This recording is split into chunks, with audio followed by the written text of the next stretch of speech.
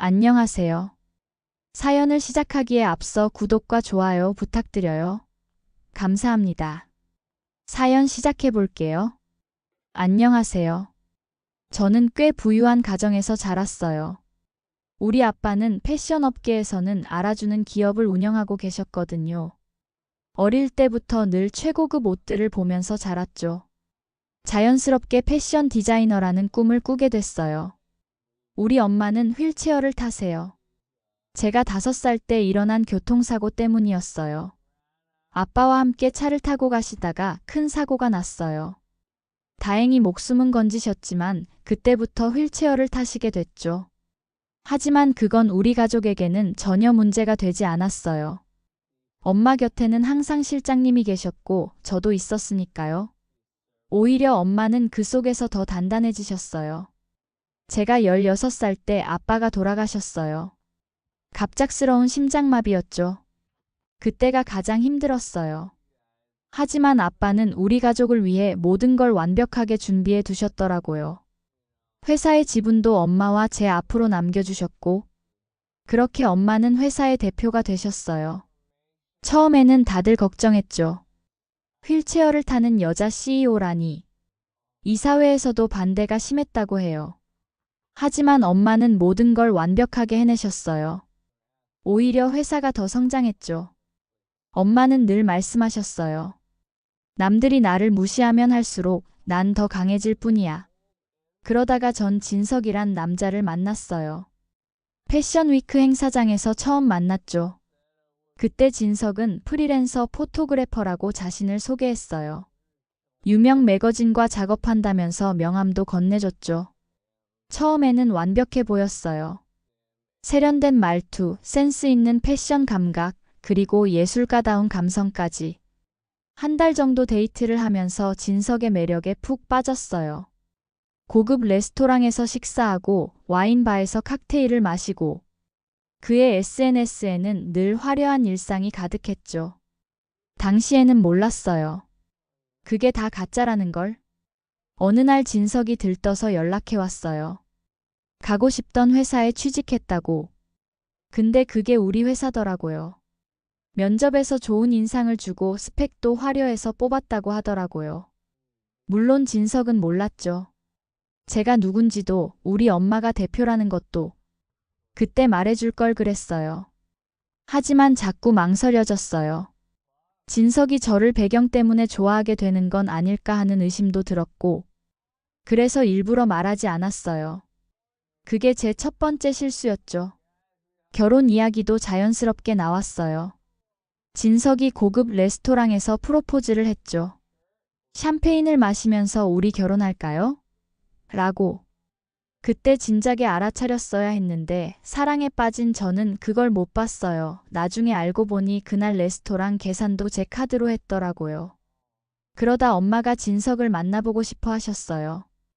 당연했죠. 딸이 처음으로 결혼을 이야기하는 사람이니까요.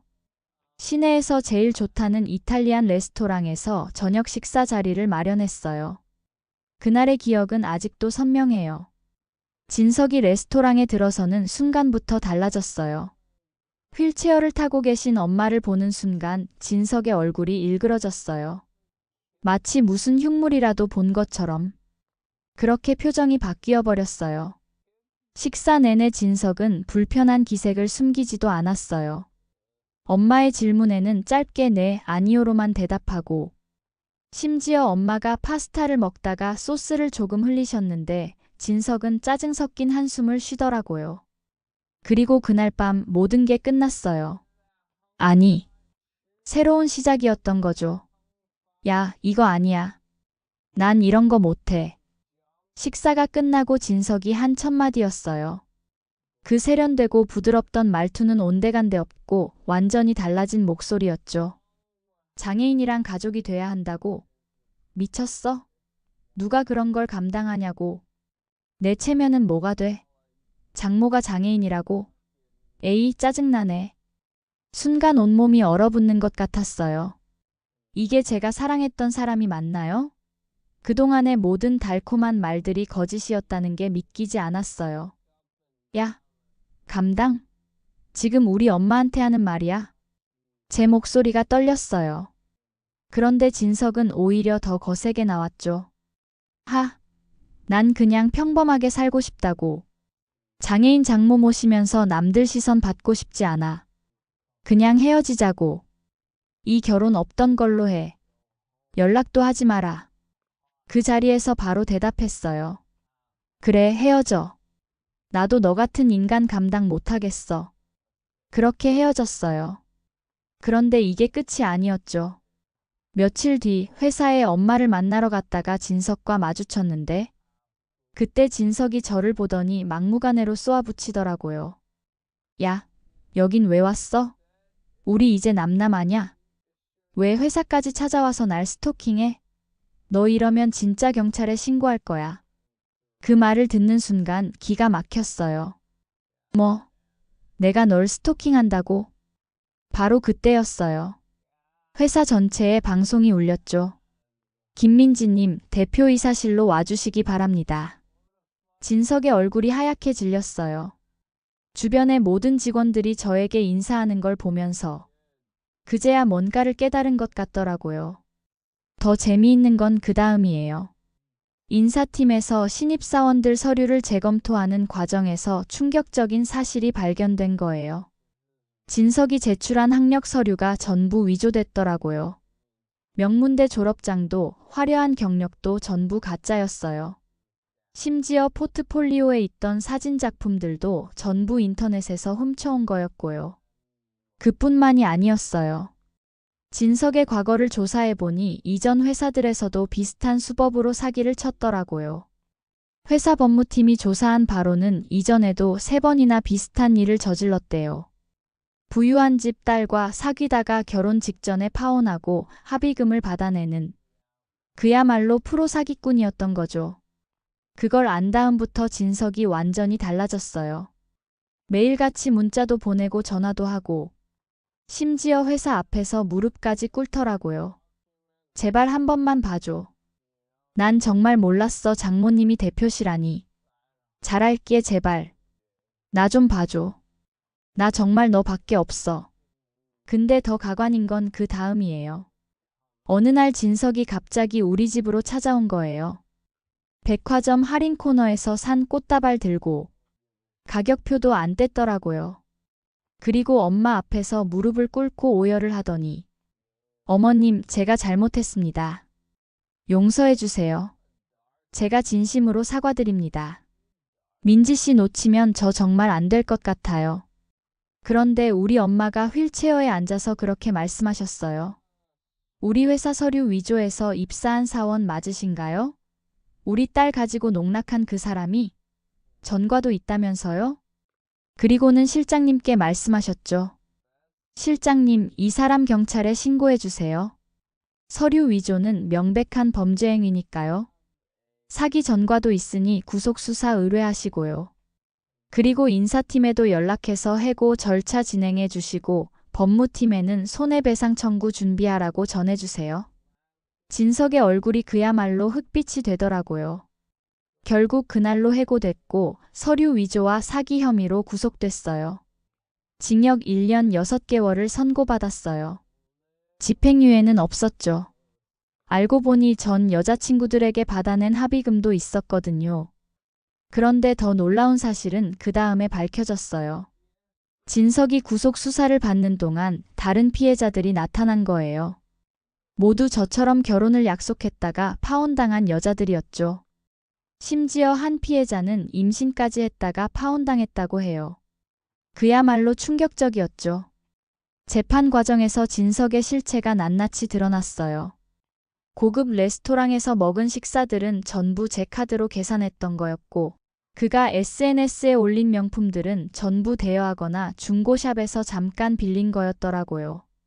심지어 자기 집이라고 했던 고급 빌라도 에어비앤비로 하루 빌려서 찍은 사진이었고요. 우리 회사 법무팀이 진석의 통장 내역을 조사했는데 피해자들에게 받아낸 합의금으로 도박을 했더라고요. 전부 탕진하고 그래서 저희 회사의 위조 서류로 지원한 거였죠. 이번에는 제대로 된 대박을 터뜨리려고 했어요. 좀 사는 집안 같아 보여서 충분히 큰 돈을 받아낼 수 있을 거라고 생각했죠. 경찰 조사에서 진석이 한 말이에요. 듣고 있자니 소름이 돋더라고요. 판결이 난 뒤 진석은 교도소에 수감됐어요. 그리고 저는 그동안 제가 얼마나 어리석었는지 깨달았죠. 사랑에 빠졌다는 이유로 상대방의 거짓말을 믿고 싶어 했던 제 자신이 부끄러웠어요. 1년 6개월 후 진석이 출소했다는 소식을 들었어요. 지금은 편의점에서 야간 알바를 한다고 하더라고요. 전과자에다 회사에서 고소까지 당했으니 이제 제대로 된 직장은 꿈도 못 꾸겠죠. 그런데 이게 끝이 아니에요. 얼마 전에 진석이 다시 저희 회사 앞으로 찾아왔더라고요. 이번에는 무릎을 꿇은 게 아니라 피켓을 들고 시위를 하는 거예요. 내 인생 돌려놔라. 전과자 만들어 내 인생 망친 값 내놔라라는 내용이었죠.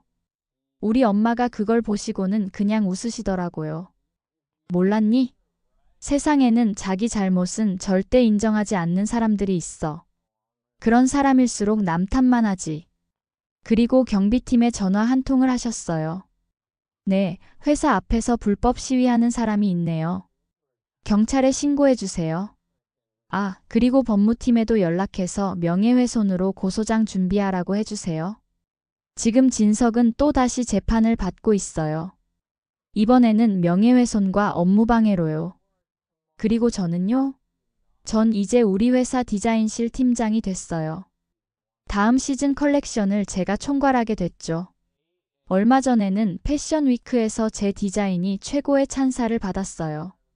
더군다나 제 컬렉션의 주제가 극복과 성장이었거든요. 휠체어를 타시는 엄마를 모티브로 한 디자인이었죠. 여러분, 제 이야기가 도움이 됐나요? 결혼은 정말 중요한 선택이에요. 겉모습이나 달콤한 말이 전부가 아니더라고요. 그 사람의 진짜 인성, 그리고 가치관. 그게 제일 중요해요. 특히 그 사람이 당신의 가족을 어떻게 대하는지 꼭 보세요. 저처럼. 뒤늦게 후회하지 않으려면요. 제 이야기는 비극적으로 시작했지만 결국은 해피엔딩이 됐잖아요. 때론 최악의 순간이 최고의 터닝포인트가 되기도 하는 것 같아요.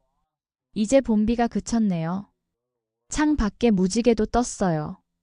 인생이 이래요. 힘든 일이 있어도 그 뒤에는 항상 더 환한 무지개가 기다리고 있는 거죠. 제 이야기를 들어주셔서 감사합니다. 구독과 좋아요, 알림 설정까지 잊지 마세요.